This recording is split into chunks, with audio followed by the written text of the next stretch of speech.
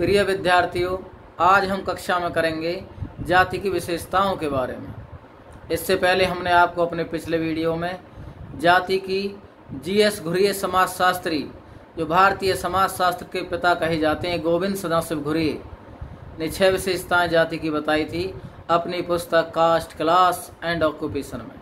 आज हम जाति की सामान्य विशेषताओं के बारे में कक्षा में चर्चा करेंगे। आपकी जानकारी के लिए बता दें, भारतीय समाज का जाति एक अभिन्न हिस्सा है। भारत जातीय प्रधान देश है। एंथ्रोपोलॉजिकल सर्वे ऑफ इंडिया 2001 की यदि हम बात करते हैं तो भारत में 4635 जातियां हैं। 4635 जातियां हैं। सभी बच्चे नोटबुक निकाल लेंगे और पेन से अपनी नोटबुक में इन पॉइंट्सों को लिखते जाएंगे जो परीक्षा की दृष्टि से बहुत ही महत्वपूर्ण है। तो नंबर 1, जाति की निम्नलिखित विशेषताएं हैं। नंबर 1, समाज का समूहों में विभाजन। तो जाति की बड़ी महत्वपूर्ण विशेषता है समाज का समूहों में विभाजन। जाति विभिन्न समूहों में समाज का विभाजन होता है। उस विभाजन में भी उपविभाजन होता है। जैसे समाज का विभाजन समूहों में ब्राह्मण, क्षत्रिय, वैश्य, शूद्र, इसके अलावा भी इनमें भी उपविभाजन होता है। ब्राह्मण में भी बहुत सारी जातियां हैं, क्षत्रिय में भी बहुत सारी जातियां हैं।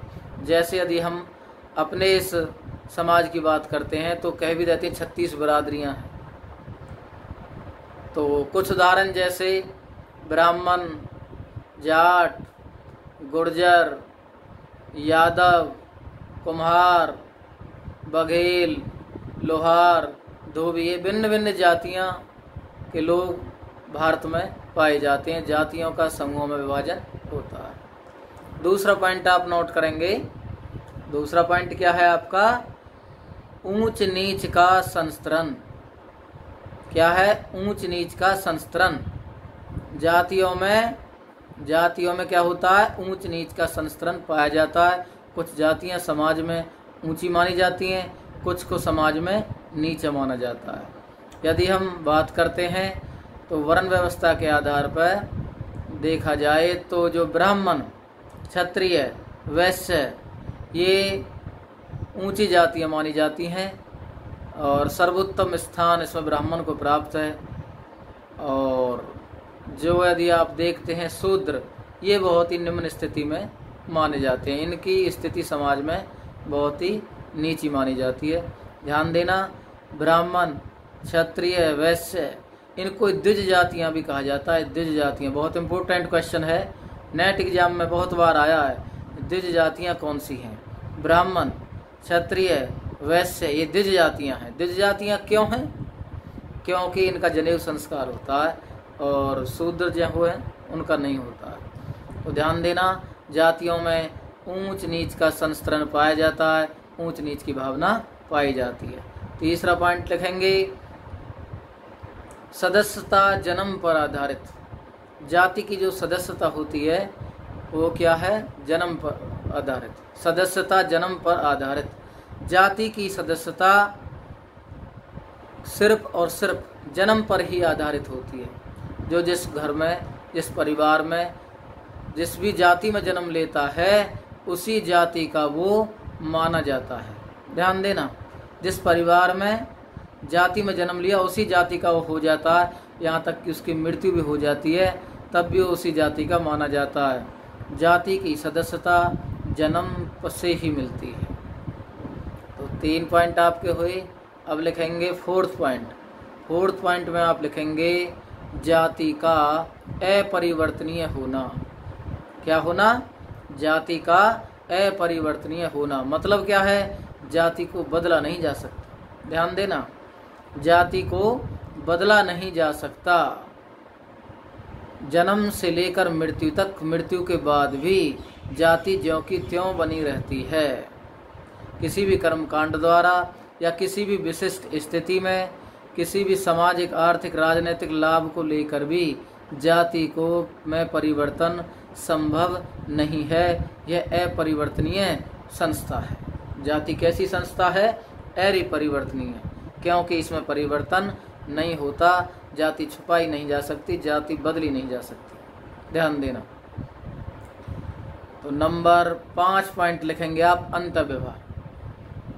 जो विवाह होते हैं अपनी जातियों के ही लोगों में होते हैं। ज़्यादातर सभी जाति ये पाबंदी लगाती हैं या प्रतिबंध होता है कि जो जिस जाति में जन्म लेता है उसी जाति में वो विवाह करता है। परंतु आजकल ऐसा, इस समकालीन आधुनिक समय में गैर जातीय सरकारें या कानून यदि हम कहें तो गैर जातीय विवाह भी संभव हैं, परंतु वो बहुत ही समाज में कम प्रचलन में है।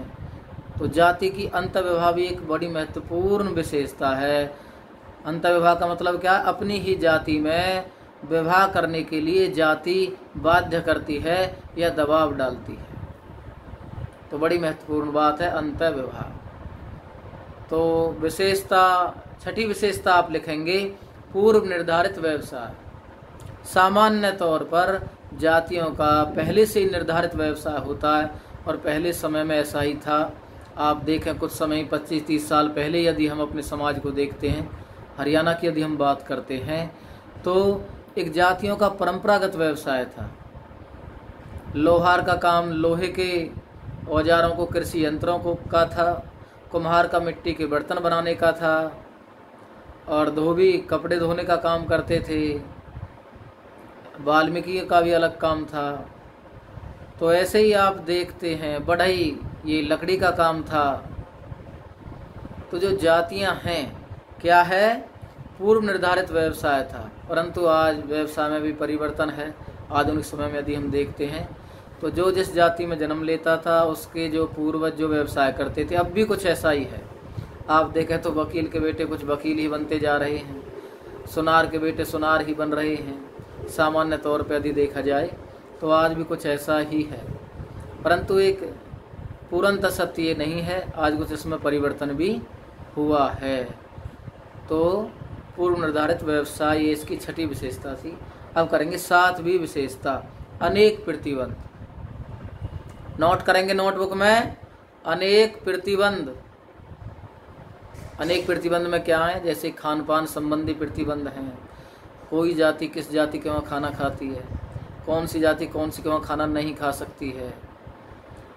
धार्मिक कर्मकांड कौन सी जाति कर सकती है। आज भी कुछ मंदिरों में कुछ जातियों का प्रवेश वर्जित है। खान पान में भी कुछ ऐसी ही परिस्थितियां हैं।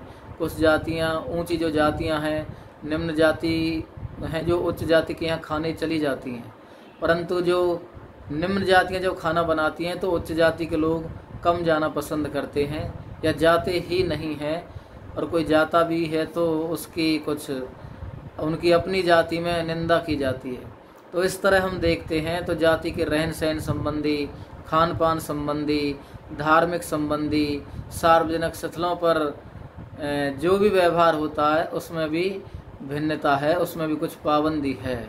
तो ये जाति की 7वीं विशेषता थी कि जाति में अनेक प्रतिबंध होते हैं। 8वीं विशेषता आप लिखेंगे, जातीय अहम। क्या है 8वीं विशेषता? जातीय अहम। जाति में अहम बहुत होता है, ध्यान दें।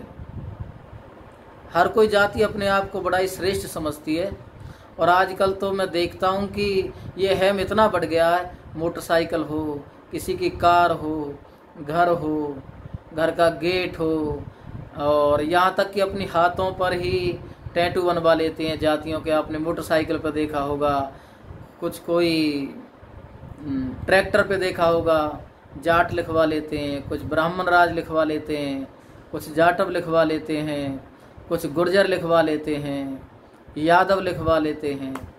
तो आज तो एक जातीय अहम देखा जाए तो मुख्य रूप से उभर कर ये सामने आ रहा है। सब अपने आप को, जाति को अपने में श्रेष्ठ समझते हैं, ध्यान देना। 9वां पॉइंट लिखेंगे, परस्पर निर्भरता। जातियों में परस्पर निर्भरता होती है। कोई भी जाति आत्मनिर्भर नहीं है। समाज में सभी का एक दूसरे से मिलजुल कर काम से ही समाज चलता है। समाज का जो काम होना है, समाज जो उन्नति करेगा या कुछ भी काम होना, यदि करें, सामान्य सी बात, यदि समाज में विवाह ही होता है या जन्म ही होता है तो विभिन्न जातियों का उसमें योगदान होता है। परस्पर सभी सब काम उसमें करती हैं। तो जातियाँ आपस में निर्भरता इनमें पाई जाती है। 10वां पॉइंट लगेंगे धन श्रम का असमान वितरण। धन श्रम का असमान वितरण। जातियाँ कुछ ज़्यादा आर्थिक रूप से समृद्ध हैं, राजनीतिक रूप से समृद्ध हैं, किसी पर धन अधिक है, किसी पर कम है, तो इस संसाधनों का भी इसमें असमान वितरण है। कुछ समझ में नहीं आया हो तो आप कमेंट बॉक्स में करके फिर से पूछ सकते हैं। जय हिंद, जय भारत।